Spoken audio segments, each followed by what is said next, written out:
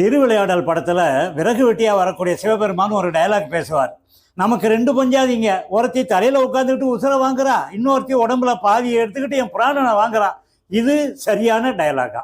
அந்த காலத்துல கங்கை நதி ஆகாயத்துல தான் ஓடிச்சான்.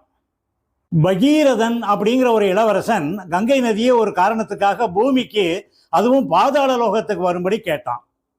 அதுக்கு கங்கை அம்மா என்ன சொன்னாங்க, நான் பூமிக்கு வரும்போது பயங்கர வேகத்தோட வருவேன், அப்ப தாவரங்கள் மற்ற செடி கொடிகளையெல்லாம் அழிச்சிடுவேன், அதனால யாருக்கிட்டையாவது சொல்லி என்னை தாங்கி பிடிச்சு மெதுவா பூமியில விடுற மாதிரி ஏற்பாடு செய் அப்படின்னு சொன்னாங்க.